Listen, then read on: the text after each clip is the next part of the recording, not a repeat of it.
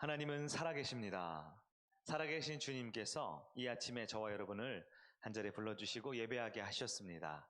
이날은 기쁜 아기 예수님이 이 땅에 오신 성탄 감사 예배입니다. 우리 앞뒤 좌우에 계신 분들과 함께 기쁨으로 인사할까요? 메리 크리스마스 이렇게 인사하도록 하겠습니다. 메리 크리스마스. 네. 또 우리 소그룹실에도 계시고 또 2층에도 귀한 분들이 예배하러 오셔서 감사합니다. 제가 청소년 시절에 중고등부의 교회에서 활동을 했는데요. 그때 제가 학생부 임원을 할 때 주보를 제가 담당한 적이 있어요. 주보에 이렇게 여러 소식도 적고 광고도 적고 그다음에 짤막한 글을 적는 게 있는데요. 제가 거기에 좀 파격적인 글을 실었다가 담임 목사님께 불려가서 혼난 적이 있습니다. 제가 무슨 내용을 적었냐? 바로 이 내용을 적었는데요. 화면을 한번 보실까요? 바로 산타는 사탄이다 이렇게 제가 주보에 적었어요. 근데 왜 산타를 사탄이라고 했냐면 여러분 산타의 영어가 SATA잖아요. 산타. 근데 여기 써 있는 N을 중간에 있는 N을 맨 뒤로 옮기면 어떤 글자가 되죠? 네. 그래서 제가 산타는 사탄이다 이렇게 해서 저기 빨간색을 저렇게 표시를 해서 주보에 실었다가 된통 혼난 적이 있습니다. 근데 사실 제 의도는 뭐였냐? 산타클로스가 마귀다, 사탄이다 이걸 말하고 싶었던 것이 아니고 성탄절의 진정한 주인은 우리 예수님이신데 그 예수님의 자리를 성탄 카드를 보더라도 성탄 트리를 보더라도 성탄절만 되면 이 주변에 화려한 많은 이 세상의 문화를 보더라도 그 주인공의 자리에 예수님이 아닌 이 산타 할아버지라고 적혀있는 그 미신이 대신 예수님의 자리를 빼앗아 가는 것 같은 생각에 그 당시 제 이 젊은 혈기로 분이 나서 산타는 사탄이다 이런 표현을 했던 것 같아요. 여러분, 그런데 사실 사탄도 동일한 일을 합니다. 사탄이 하는 일이 뭔가요? 사탄은 사랑하는 하나님의 백성들 한 사람 한 사람의 마음속에 아버지시고 주인이 되시고 생명이 되시는 예수님의 자리 대신에 다른 그 무언가가 그 삶의 중심에 자리 잡도록 그 중심을 빼앗아 가는 것, 그것이 사탄이 주로 하는 일이다라는 것이지요. 2020년 바로 오늘은 성탄 감사 예배를 드리는 날입니다. 여러분, 오늘의 주인공은 누구일까요?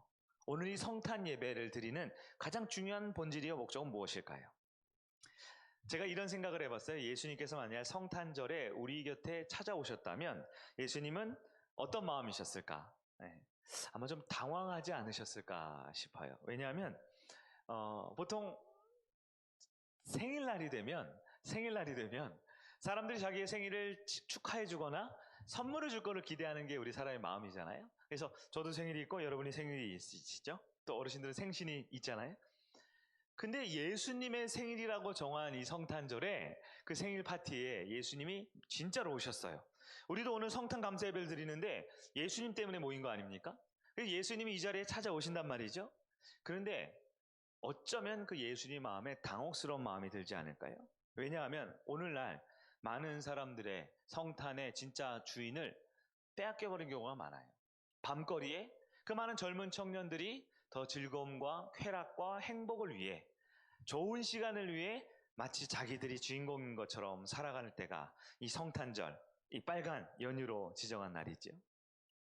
그렇게 세상으로 깊게 가지 않아도 가까운 우리만 보아도 이 성탄절 보면 사랑하는 사람들이 모입니다. 그리고 서로를 위로해주고 축하해주고 격려해주고 때로는 선물을 주고 받으면서 나는 너를 사랑해, 나는 너를 좋아해, 우리는 참 좋은 관계야 라고 하면서 정말로 중요한 성탄절의 본질은 싹 빼놓고 우리끼리만 즐거운 파티, 주인공이 빠져버린 성탄 생일 파티를 우리끼리만 하고 있지 않는가 한번 생각을 해보게 되었다라는 거예요. 성탄 예배는 성도의 1년의 모든 삶과 예배를 통틀어 가장 중요한 날이라고 할 수 있습니다. 왜냐하면 저와 여러분을 구원하기 위해 예수님이 이 땅에 오신 날이거든요. 성탄 예배는, 성탄절은 우리의 구원을 기념하는 날입니다. 우리가 하나님의 자녀된 것을 기념하는 날입니다. 우리가 주님의 제자로 살아가기를 결단하는 날이 되어야 합니다. 예수님 안에서 성탄절을 시작한 우리가 성탄절을 잘 기억하고 기념할 수 있는 우리 성일 가족 되기를 주님으로 축복합니다. 예수님은 2000년 전 바로 오늘에 해당하는, 모르겠어요. 날짜가 정확한 것까지는 모르겠지만 어쨌든 우리가 한날을 기념하는 예수님의 탄생을 기념하는 성탄이기 때문에 바로 아마 오늘 이 땅에 인간으로 오셨을 거예요. 그럴 때 그 당시 예수님 당시의 사람들은 예수님이 오셨을 때 다양한 반응을 보였다라고 성경은 증거합니다. 어떤 사람들은 당황했습니다. 어떤 사람들은 방해했습니다. 그리고 어떤 사람들은 그분을 영접했지요. 첫 번째로 살펴볼 것은 당황하는 사람들이 있었다라는 거예요. 당황하는 사람들. 자, 예수님이 이 땅에 오셨던 것을 제일 먼저 딱 캐치하고 그분을 위해 모인 사람들이 동방박사라고 있어요. 동방박사가 그 당시 유대의 왕이었던 헤롯에게 찾아가서 유대인의 왕으로 오신다는 이가 계시다는데 과연 그가 어디 있습니까? 라고 물어봤어요. 그럴 때 예루살렘에 아주 강한 긴장감이 돌기 시작합니다. 성경을 보면, 마태복음에 보면 헤롯과 온 예루살렘이 소동했다 이렇게 표시되어 있어요. 소동했다. 무슨 뜻일까요? 난리가 난 거예요. 굉장히 소란스러워지고 뭔가 큰일이 벌어지기 전에 사람들이 웅성웅성 되기 시작했다라는 거예요. 그러면 왜 소동했을까요? 환영을 하기 위해 소동했을까요? 너무너무 기뻐서 소동을 했을까요? 아니요. 많은 사람들이 당황했기 때문에 소동을 한 것입니다. 왜 당황했을까요? 왕으로 누군가 오신다라는 것이 준비가 아직 안 돼 있어서 당황했습니다. 혹은 지은 죄가 너무너무 많아서 두려워서 당황을 했습니다. 혹은 아직 내 삶이 더 많이 즐길 것이 많은데, 해야 될 일이 너무 많은데 아직 못다한 일이 있다라고 생각해서 당황하기 시작하는 거예요. 아마 그들의 삶을, 그들의 마음을 이렇게 표현하지 않을까요? 저 주님, 정말 죄송한데요, 지금은 시기가 조금 좋지 않은 것 같아요. 지금 말고 조금 나중에 다시 오시면 안 되겠습니까? 이런 마음을 갖지 않았을까 싶어요. 우리는 어떠한가요? 만약에 예수님이 진짜 우리가 성탄 예배만 드리는 것이 아니라 우리에게 직접 진짜로 이 자리에 찾아오시면 여러분은 당황하지 않을 준비가 되어 있습니까? 당황하지 않을 내 삶을, 죄 가운데 있는 내 삶을 돌이켜 하나님 앞에 바로 서 있습니까? 해야 할 일들, 하고 싶은 일들이 너무 많지만 그럼에도 불구하고 우리 예수님이 오신다고 할 때 최우선으로 그분을 영접할 준비가 되어 있습니까?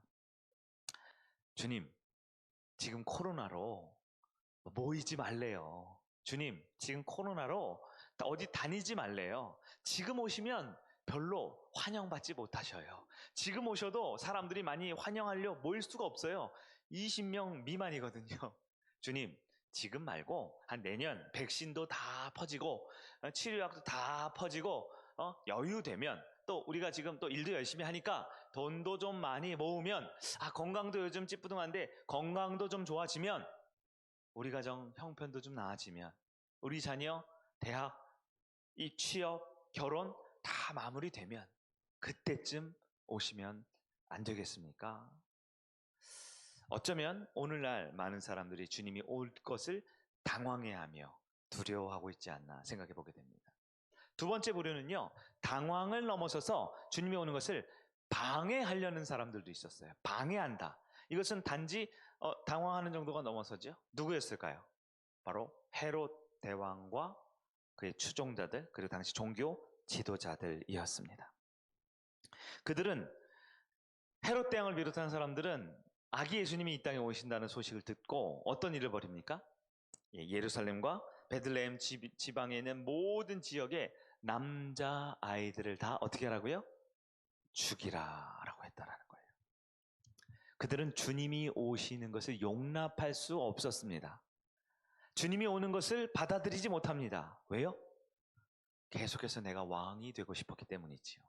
계속해서 내 인생의 주인이 내가 되고 싶었기 때문입니다.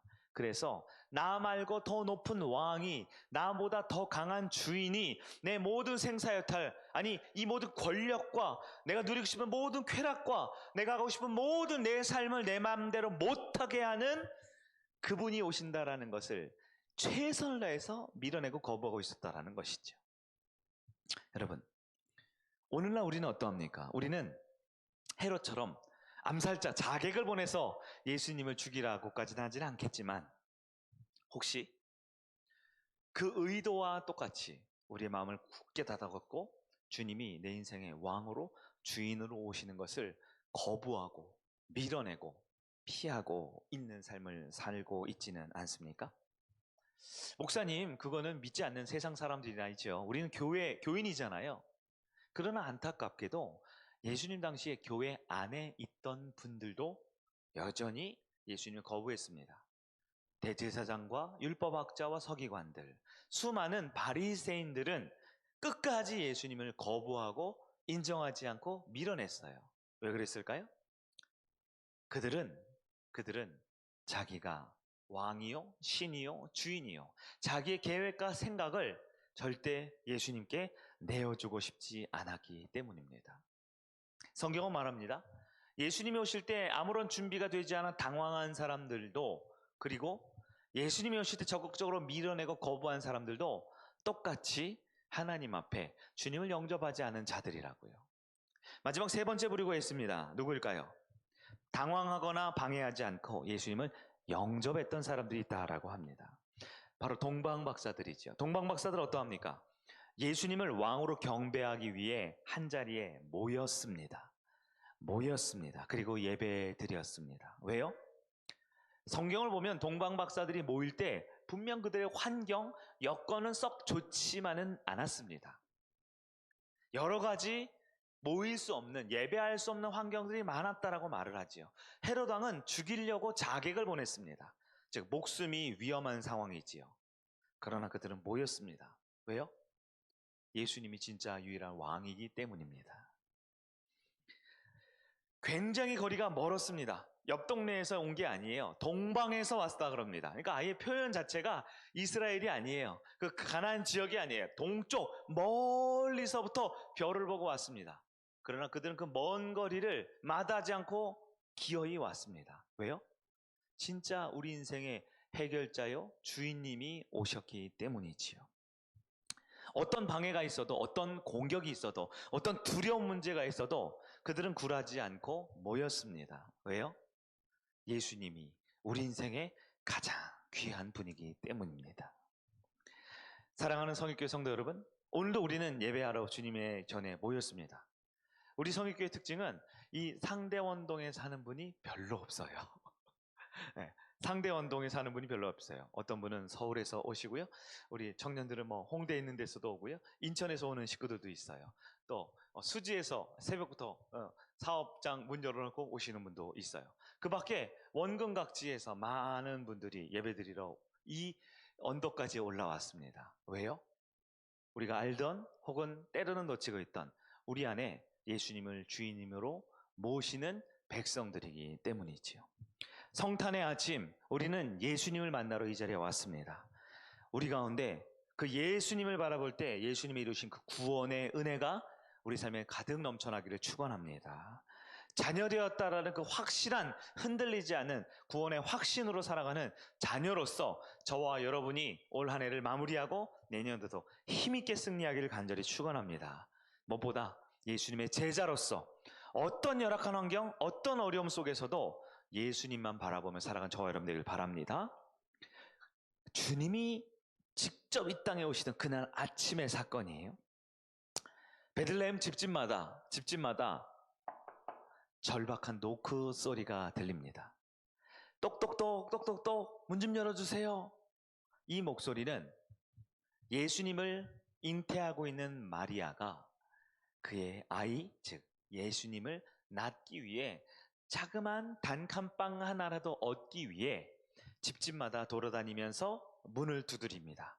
절박하게 두드립니다. 이제 곧 아이가 나오기 직전에 있는 그 마리아, 그리고 그의 남편인 요셉, 얼마나 절박했을까요? 그러나 우리가 성경을 통해 알 수 있는 사실은 그 누구도 문을 열어주지 않았대요. 아무도 그분들을 환영해주지 않았대요. 결국 예수님은 마국간에서 태어날 수밖에 없었습니다. 그리고 어디에 누이셨다 그랬죠?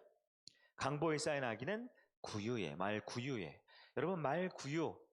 예, 말구유하면 이미 우리는 많이 이 기독교와 종교에 대해서 굉장히 거룩한 느낌이 있죠. 말구유. 근데 말구유는 뭐냐면, 예, 우리 밖에서 키우는 강아지 있죠. 강아지 밥그릇이라는 뜻입니다. 네. 주인이 먹는 맛있고 좋은 고급진 음식이 아니라 상한 음식, 철이 지난 음식, 먹다 남은 음식물 찌꺼기를 모아서 아무렇게나 던져놓고 먹으면 먹고 말면 말, 그 밥그릇, 개 밥그릇이 바로 말 밥그릇, 말 구유이지요. 너무나 지저분했을 거예요. 우리 아마 영화나 그림으로 보는 그 깨끗한 나무로 되어 있는 무슨 요람처럼 되어 있는 것은 아니었을 것입니다. 오늘날 예수님은 2000년 전 이 땅에 오실 때 집집마다 문을 두드리신 것처럼 지금도 저와 여러분의 삶에 문을 두드리십니다. 우리의 마음의 문을 열어달라고 문을 두드리시고요. 우리 각 가정의 문을 열어달라고 문을 두드리십니다. 어쩌면 굳게 닫혀있는 교회 공동체의 문을 활짝 열어 예수님을 영접하라고 문을 두드리시지요. 요한계시록 3장 20절에 따르면 이렇게 말하고 있죠. 볼지어다 내가 문 밖에 서서 두드리노니 누구든지 내 음성을 듣고 문을 열면 내가 그에게로 들어가 그로 더불어 먹고 그는 나로 더불어 먹으리라. 예수님은 변함없이 지금도 저와 여러분의 매일매일의 삶에 우리의 가정에 우리 공동체의 문을 열심히 두드리고 계시다라는 거예요. 그런데 사람들은 생각보다 그 문을 잘 열어주지 않습니다. 때로는 믿음의 자녀들인 것처럼 보이는 성도들도 여러 가지 이유로 그 문을 굳게 닫고 못 들은 척할 때가 있어요. 왜 예수께의 문을 열지 않을까요? 문을 열지 않는 이유는 분명합니다. 그것은 바로 성탄의 아침에도 그랬고요. 지금도 그렇고 주님이 문을 두드리면서 열어달라 할 때 문을 열지 않는 이유는 예수님께서 이 땅에 왕으로 오셨기 때문입니다. 예수님께서 이 땅에 주인으로 오셨기 때문입니다. 왕으로 오시고 주인으로 오셨는데 왜 문을 안 열어줄까요? 여러분 생각해 보세요. 만약에 예수님이 종으로 이 땅에 오셨으면 아마 누구나 다 문 열어줬을 거예요. 왜냐하면 종은 들어와 그리고 내가 원하는 일을 얼마든지 시켜놓고 문제를 해결하고 이제 필요 없으면 이제 집에 가 하면 되거든요. 예수님께서 친구로 이 땅에 오셨으면 문 열어줬을 거예요. 아, 오늘 성탄절 오래 심심한데 잘 됐다 야. 너 나랑 신나게 놀자. 재밌게 놀다가 시간이 되면 피곤하면 자 이제 집에 돌아가 하면 되거든요. 어쩌면 우리가 요즘엔 배달 음식을 많이 시켜 먹더라고요. 배달 음식 시키는 그 배달하시는 분처럼 찾아오면 쉽게 문을 열어줬을 거예요. 예약도 다 돼 있으니까 문 열어줍니다. 그리고 내가 원하는 맛있는 음식을 받고 곧장 문을 꽝 닫아버리면 되잖아요. 요즘에는 그 택배 아저씨들이 제일 인기가 많죠? 남편 들어올 때는 인상 찌푸리는데 택배 아저씨 띵동하면 이게 기분이 좋아진다 그러더라고요. 택배 아저씨가 우리 집에 딱 오면 우리는 얼마든지 문을 활짝 열어줍니다. 왜요? 내가 그렇게 기다리고 좋아하는 물건을 갖다 주시고 감사합니다. 저는 너무 좋아서 교회에는 비타민도 하나씩 드려요. 그러나 그분은 나에게 물건을 전해주고 금방 돌아가거든요. 만약에 우리 주님께서 나의 종으로 오시거나 친구로 오시거나 음식 배달원이나 그런 택배 아저씨처럼 찾아오시면 우리는 얼마든지 쉽게 문을 열어줄 거예요. 그러나 우리 주님은 성경에 분명히 말하기를 예수님이 우리 인생에 찾아오신 우리의 왕으로 오셨다라고 성경은 말합니다. 우리 인생의 주인이 되기 위해 이 땅에 오셨다라고 말하는 거예요. 여러분, 우리는 예수님을 믿고 이 성탄의 아침 예수로 살아가기로 결단하는 믿음의 자녀들로서 예수님이 나에게 어떤 분인지를 다시 한번 정돈할 수 있어야 돼요. 예수님을 그저 내 필요할 때만 찾고 필요 없을 때는 잠깐 나가 계세요. 내가 외로울 때는 나와 함께 즐기고 놀다가도 이제 피곤하고 지치면 나 좀 혼자 있게 좀 내버려 두세요. 내가 원하는 물건을 얼마든지 갖다 줄 수 있지만 필요하지 않으면 문 꽝 닫고 나가주세요. 하듯 그렇게 신앙생활을 한다라면 우리는 여전히 예수님 향해 문을 닫고 그분을 영접하지 않고 살아가는 사람들이다라는 것이지요. 우리는 예수님께 우리의 마음의 문을 활짝 열어야 합니다. 성경은 우리가 예수님께 마음의 문을 열어야 할 분명한 그리고 확실한 이유들을 제시해주고 있습니다. 그것은 예수님은 우리를 위한 왕이요 주인이신데요, 예수님은 나를 압제하기 위해 오신 왕이 아니다라는 거예요. 나를 괴롭히기 위해 오신 왕이 아니다라는 거예요. 나를 희생과 헌신과 고난과 고통 가운데 내버려두기 위해 오신 왕이 아니다라고 말합니다. 성경은 뭐라고 말할까요? 성경은 예수님이 왕이긴 왕인데 어떤 왕이냐? 자기 백성을 위해 목숨을 바칠 수 있는 왕으로 오신다라고 말씀하셨습니다. 요한복음 10장 11절, 우리 화면을 보면서 우리 다 같이 한번 읽어볼까요? 10장 11절입니다. 시작. 나는 선한 목자라. 선한 목자는 양들을 위하여 목숨을 버리거니와. 아멘. 예수님께서는 양들, 즉 성도들을 위해 목숨을 던지기 위한 왕으로 오셨습니다. 이 말은 무슨 뜻일까요? 단지 너희들가 필요할 때 선물 주러 온 산타클로스가 아니라는 겁니다. 내가 외로울 때 나를 위로해주고 안아줄 수 있는 남자친구, 여자친구 아니라는 거예요. 그분은 내 생명을 책임지기 위한 주인으로 이 땅에 오셨는데요, 내 생명을 어디까지 책임지냐? 자기 목숨을 내어줄 것까지 우리 목숨을 책임지시는 왕으로 이 땅에 오셨다라는 것입니다. 성경은 또 말합니다. 우리가 예수님을 영접해야 할 분명한 이유는 무엇일까요? 예수님은 우리의 참된 평화를 위해 이 땅에 오신 평강의 왕이다라고 말하고 있습니다. 누가복음 2장 14절이네요. 우리 함께 읽어봅니다. 시작. 지극히 높은 곳에서는 하나님께 영광이요, 땅에서는 하나님이 기뻐하시는 사람들 중에 평화로다 하니라. 아멘. 예수님이 이 땅에 칼과 전쟁과 기근이 아닌 예수 안에 참된 평화와 자유를 위해서 이 땅에 오셨다라고 약속하셨습니다. 많은 분들이 예수님 믿으니까 이것도 하고 저것도 하고 막 기도도 하고 큐티도 하고 교회도 자꾸 오라 그러고 힘든데요? 에? 술도 못 마시고 세상 사람들과 마음대로 외박도 못하고 주일날 꼬박꼬박 예배드리고 이건 더 날 구속하는 것 같은데요? 라고 하나님을 오해하지요. 그러나 하나님 안에 거하는 사람들은 이 세상에 줄 수 없는 진정한 자유, 진정한 평안, 나를 향한 하나님의 설계하신, 창조하신 원래의 목적을 깨닫는 가운데 인생의 사명을 붙들고 진정한 자유 가운데 평화를 누릴 수 있게 해주시는 것, 그것이 우리 하나님이 우리에게 찾아오신 평화의 왕이다라는 의미인 것입니다. 여러분, 이 시간 우리는 열린 마음으로 그 예수님을 나의 왕이요, 나의 주인으로 영접할 수 있는 여러분들에게 간절히 축원합니다. 그렇다면 성탄절은, 성탄 감사예배는 우리 생의 최고의 날이 될 수 있습니다. 단지 사랑하는 연인과 함께 할 수 있기에, 사랑하는 가족과 함께 할 수 있기에, 비싸고 좋은 선물을 주고받을 수 있기에, 저녁에는 재미있는 영화 프로그램이 나오고 또한 회사도 쉴 수 있는 빨간 날이기에, 그것이 아닌 이 모든 것에 가장 중요한 원인이 되시는, 이유가 되시는 그 예수님이 나의 왕, 나의 주인으로 오셔서 나를 평화롭게 해주신다 책임지셨고, 나를 위해 자기 목숨까지도 내어 바치며 우리를 살리린다 책임지시는 아주 좋은 내 인생 최고의 날이 될 줄 믿으시기를 간절히 축원합니다. 말씀을 정리하도록 하겠습니다. 오늘은 성탄절 아침이네요. 2000년 전에 헤롯 왕, 또 대제사장, 또 많은 종교 지도자들은 주님을 거부했다라고 합니다. 왜 거부했다고요? 여전히 자신만의 왕국이 있었기 때문에 그래요. 나의 계획, 나의 결정, 나의 꿈, 나의 인생의 목표가 있었기에 그 누구도 내 계획을 방해받거나 내 인생을 좌지우지하는 걸 원치 않았기 때문입니다. 그들은 아마 윤리적이었고 그들은 똑똑하고 훌륭하고 착한 사람들이었을지 몰라요. 그러나 여전히 이것은 오늘날도 동일합니다. 우리 인생에 진정한 주인이요 왕으로 주님을 모실 수 있는 저와 여러분이 되기를 바랍니다. 초대교회 보면 라오디게아 교회라고 있어요. 주님이 세우신 7교회인데도 불구하고 그 가운데 라오디게아는 책망을 받았습니다. 왜 책망을 받았죠? 그들이 책망받은 이유는 그들이 뜨겁지도 않고 차갑지도 않고 미지근한 신앙생활을 했다라고 책망을 받았어요. 여러분, 어쩌면 미지근한 신앙생활은 그저 기독교인인 것처럼 보일지 모르지만 여전히 주님을 방해하고 주님을 거부하고 있는 모습일지 모릅니다.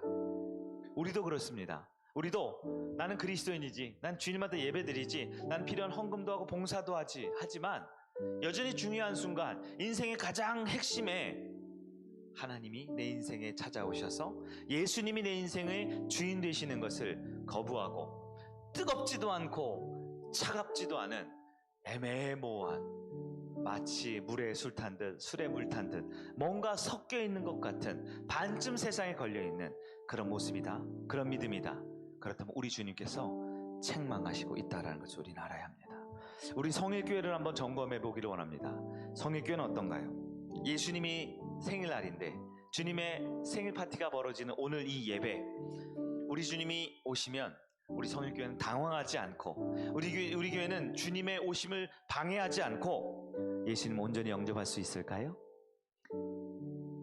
코로나 형국이고 비록 적은 인원이 20명 남짓의 인원이 이 자리에 모였지만 그 예수님을 영접할 수 있는 우리 성일교회 가족들이 되기를 간절히 소망합니다.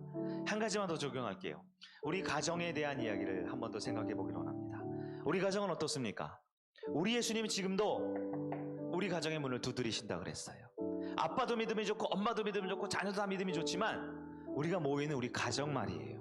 우리 가정의 문을 두드리실 때 여러분 혹시 주님을 종으로만 드리고 싶고 친구로만 드리고 싶고 택배 아저씨로만 드리고 싶은 마음이 있지 않습니까? 그러나 내가 필요할 때만, 내가 원할 때만 찾는 도움이 아니라 우리 가정의 주인이요, 우리 가정의 가장 위대한 왕이시요, 우리 가정을 생명으로 책임지시고 우리 가정의 진정한 화평과 평안으로 인도하실 그 왕이신 예수님을 우리 가정의 진정한 주인으로 모시는 저와 여러분, 그리고 오늘 예배를 마치고 이제 우리 가정과 우리 사랑하는 이들과 함께 모이실 때 그 모임이 무엇이든지 간에 예수님 안에 거할 수 있는 우리 성일가족, 우리 성탄의 의미를 발견하는 저와 여러분 되기를 주님으로 축복합니다. 아멘.